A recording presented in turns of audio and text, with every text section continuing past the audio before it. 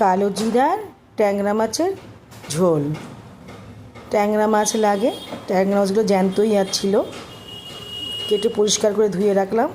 কড়াই বসালাম ওভেনে, ট্যাংরা মাছের নুন হলুদ মাখিয়ে কড়াইতে তেল গরম করলাম। ট্যাংরা মাছ কিন্তু খুব ফোটে, ওই জন্য আগে ঢাকনাটা হাতে নিয়ে নিয়েছি। ট্যাংরা মাছগুলো দিয়ে দিলাম, দিয়েই নেড়ে চেড়ে অমনি ঢাকনা দিয়ে ঢেকে দিই, নাহলে ফাটফাট করে ফুটে গরম তেল চোখে মুখে ছিটে যায়। ট্যাংরা মাছ মোটামুটি এক ভাজা হয়ে গেল, আবার আর কটা রয়েছে কড়াইতে দিয়ে দিল। এবার ঢেকে দিলাম, দিয়ে ভালো করে মাছগুলো ভেজে তুলে নিলাম। এরপর তেলের মধ্যেই আলু বেগুন দিয়ে নাড়াচাড়া করলাম। আমি পাথরের একটা শিলনোড়া আছে, ওটার মধ্যে আমি কালো জিরে বেটে নিয়েছি, ছোট্ট আমার শিলনোড়াটা।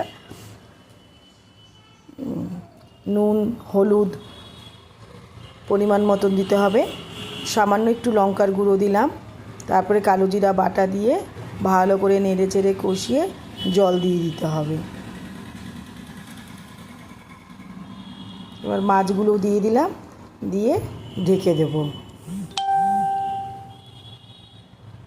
একবার ঢাকনাটা খুলে দেখতে হবে মাছটা ভালোভাবেই ফুটে উঠেছে ঝোলটা। এবার ধনেপাতাও দিয়ে দিলাম। তৈরি আমার ট্যাংরা মাছ আলু বেগুনের ঝোল।